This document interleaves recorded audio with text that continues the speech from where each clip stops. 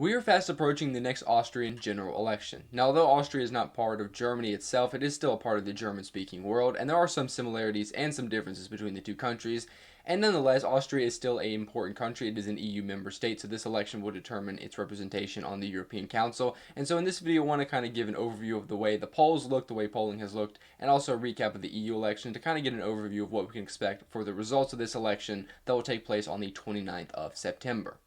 Now, I first want to give a recap of the European parliamentary election results in Austria that occurred on June 9th. Now, these results are not going to be completely reflective of what we see for the national election. People do vote differently at the EU level than for their national parliament, so these numbers are not completely accurate. However, it does give us kind of a general idea of the way the voters might support each party.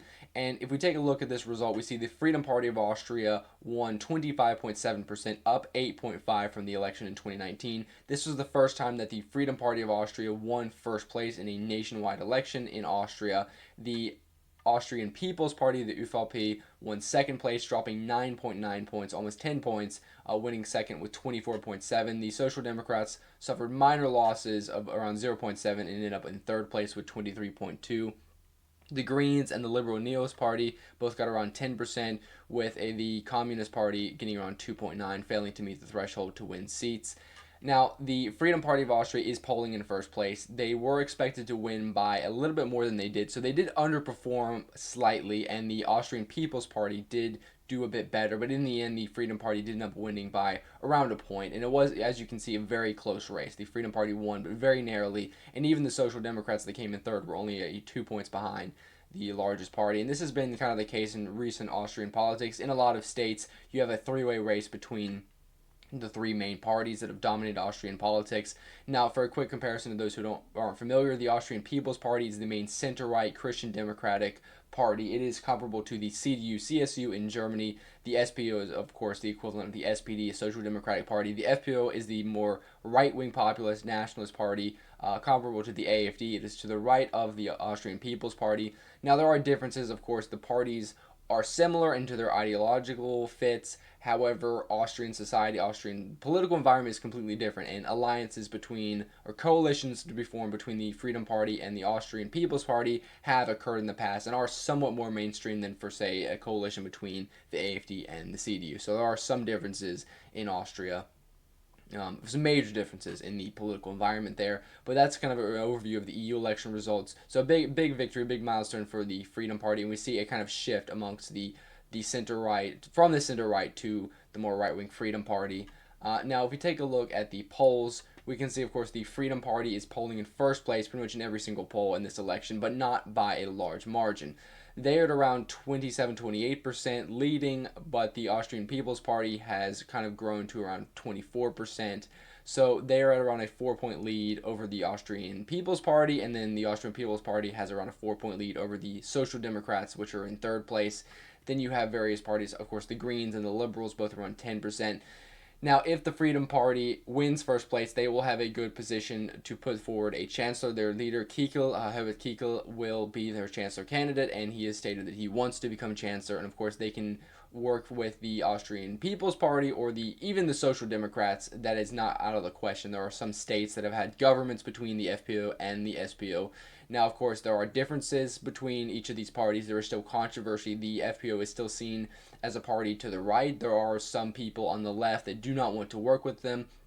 However, it is much different than in Germany, where there's a complete non-cooperation agreement between the CDU, all parties, and the AFD. The FPO has been in the federal government twice, so it is possible for them to, of course, run the country. They've never put forward a chancellor. They've held the vice-chancellery position twice, in 1999 until I believe 2002, and then again from 2017 until 2019. So they do have government experience, which makes them very different from other right-wing parties in Europe, such as the National Rally in France or the AFD, which have not. And if they win the chancellor position, if they end up winning first place and then forming a government with one of the parties, that will be very significant. That will be the first time that this has happened. And then you will have someone in the European Council. You have a European head of state that comes from a right-wing populist Eurosceptic camp that will be a shift in power to some extent in the EU-wide politics. But of course, the Austrian People's Party is polling very strongly. We could see, even if the Freedom Party wins first place, we could see a coalition formed against the Freedom Party. That is not out of the question either, with maybe someone from the Austrian People's Party becoming chancellor with support of, say,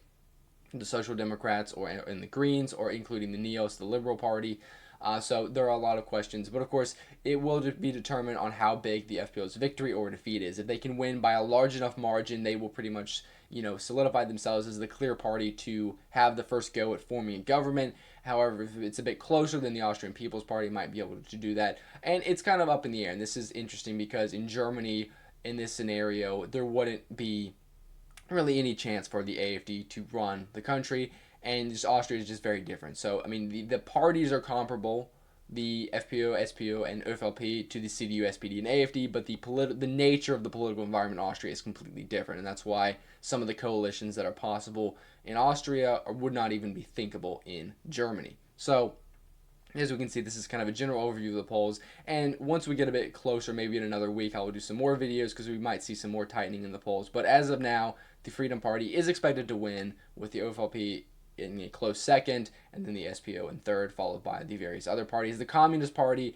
is polling at around 3%. They need, I believe, 4% to reach the threshold. So as of now, they are not expected to clear the threshold for 4 seats. In a few state legislatures, they do have some representation. However, on the federal level, they have not been able to achieve that in a long time. But it's possible. If they're polling at 3%, they could end up there as well. Then you have the Beer Party, which is a somewhat satirical party, similar to Die Partei in Germany, but with some political positions. They have been polling actually decently high, but we could see more of their voters kind of go away, and as some of the voters go to other parties in the weeks before the election. We will have to see in the weeks ahead once there's more polls released. And the last thing I want to look at is the overall trend of the polls to kind of get an idea of how this has changed. Now, if we want to start, we can look at 2016, because this is when the Freedom Party was originally polling very high. Now, in 2016, their leader Heinz-Christian Strache was leading the party, and this was at a time where a lot of the right-wing populist parties in Europe were on the rise. There was a lot of surge after the Brexit referendum, the migration crisis, and other issues, and the Freedom Party was polling very high. And what happened was the Austrian People's Party, the ÖVP, basically rebranded the party. They nominated a new leader, Sebastian Kurz, and that rebranding kind of allowed the party to retake the momentum, and they basically took a lot of the votes from the Freedom Party. And the Austrian People's Party won the election and formed a coalition, and the coalition was between the People's Party and the Freedom Party, so a broad right-wing government. 2 years later, however, there was a scandal affecting the Freedom Party. The government basically collapsed and new elections were held in which the Freedom Party suffered heavy losses and the People's Party won major gains. And the new government, of course, was between the ÖVP and the Greens. And this is the government that is in power today. Now, for a couple of years, this government had a high approval rating, high support in the polls, and the Freedom Party basically collapsed. Now, this entire time, the Social Democrats were basically stable in the middle, kind of pulling around 20-22%, and never were really, clearly ahead in first place, or never really fell below to, too low numbers. But what happened around 2021 and late 2021 was a scandal affecting the Austrian People's Party, and what effectively happened was the opposite of 2019. The center-right voters from the Austrian People's Party went back to the Freedom Party, and we saw the Freedom Party rise from a low of around 11% in 2020 to around 20% at the resignation of Sebastian Kurz. And there were two new chancellors, of course, from the same government. It was still a government of the People's Party and the Greens that followed Sebastian Kurz, and they have been leading the government ever since. And so, but of course, this scandal has affected the People's Party, which has not been able to recover, and the Austrian Freedom Party, especially after the Russia-Ukraine conflict, the economic crisis, similar to what led to the rise of the AfD in Germany, the National Rally in France, a combination of the continuing migration problems, which is the main issue for a lot of voters, and also the Russia-Ukraine conflict. The Freedom Party has a similar position to the AfD on neutrality, not supporting Ukraine. And so a lot of voters went to the Freedom Party during this crisis, and they were also the party that was not in government. And the Social Democrats really failed to make themselves a clear opposition party. They were the biggest opposition party. However, the voters have not really seen them as such, and because of that, they have been very stagnant in the polls. But as we can see, at around November 2022, around the same time the AfD started to rise, we saw the rise of the Freedom Party, which has solidified themselves at around 28% in the last several months, or last several years, in fact, and they are ahead in the polls. But we see the Austrian People's Party has recovered some on the end. But in the end, we have a kind of a clear lead for the Freedom Party, but not by a lot, around 4 points, and then the OFLP and the SPO followed by them. So this is kind of an overview of how the polling has been, where we got, how we got here, and how it has shifted over the past few years and also the past several election cycles. So I will definitely do some more videos, probably on the polls for this election, of course, the election itself, and then, of course, we still have the Brandenburg state election that will occur on the 22nd, so one Sunday before, and then, of course, the weekend after that, Brandenburg election will be the Austrian legislative election. But I wanted to kind of give this video, get this video out there since I haven't talked about Austria yet, and we are approaching the election, so I want to give an overview, look at the polls, kind of see what we can expect for the election in 2 weeks' time. So I hope you all enjoyed the video. If you do, please like, share, subscribe, and I will see you all in the next one. Thank you for watching.